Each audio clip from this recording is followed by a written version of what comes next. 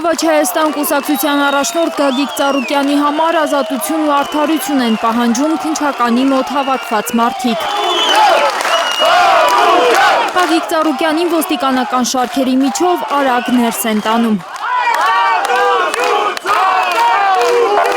Երրորդ անգամ է Բարգավաճ Հայաստանի ղեկավարը մտնում այս շենք Իրանի քաղաքացիների հետ առերեսման։ Այդ միջնորդությունը նրա փաստաբաններն են ներկայացրել իրենց խոսքով քրեական գործի անհիմն ու շինծու լինելը ցույց տալու համար։ Այն որ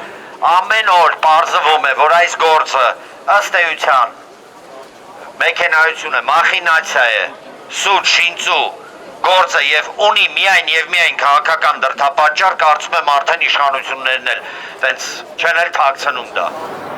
Գագիկ Ծառուկյանը մեղադրվում է առանձնապես խոշոր չափերի խարդախություն կազմակերպելու ու փողերի լվացման համար։ Իբրև թե հայ-իրանական առևտրային կենտրոն ստեղծելու գործարքի ընթացքում 22 միլիոն դոլարի վնաս է հասցրել իրանցիներին, հափշտակելով տեխնիկա, տրանսպորտային միջոցներ, ապրանքներ։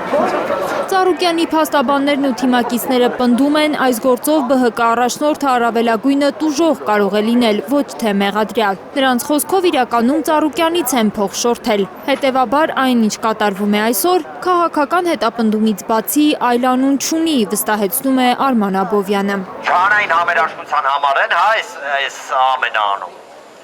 որ կոչեր անում հերիքա իրար ատենք, հերիքա իրար խժռենք։ Թե նրա համար, որ հայտարարում էր, ասում է ժողովուրդ ջան, իրավիճակը փոխվել, այսօր երկիրը կանգնած է լրջագույն վտանգների առջև, դրա համար են այս ֆարսը։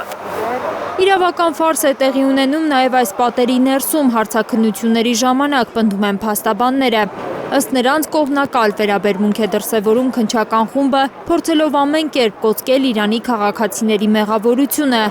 Փաստաբան Երեմ Սարգսյանին վարույթից հեռացնելն էլ Իրանի քաղաքացիների օգտին է, համոզված է Էլինար Վարդանյանը։ Աբսուրդ եմ համարում Երեմ Սարգսյանին հարցաքննության հրավիրելը, որովհետև վերջինս օժտված է փաստաբանական գաղտնիք պահելու պարտականությամբ եւ այս պարագայում ես չեմ պատկերացնում, թե այդ ինչպես են հարցաքննությունը իրականացնելու։ Փաստաբան Երեմ Սարգսյանին անցած հարցաքննության օրը չորեքշաբթի էին հեռացրել վարույթից, ի գիտություն ընդունելով Իրանի քաղաքացիների պատճառաբանությունը, թե Երեմ Սարգսյանը ներկա է եղել հայ-իրանական գործարքի շուրջ քննարկումներին։ Որպես ամենակարևորը Գագիկ Ծառուկյանի փաստաբան։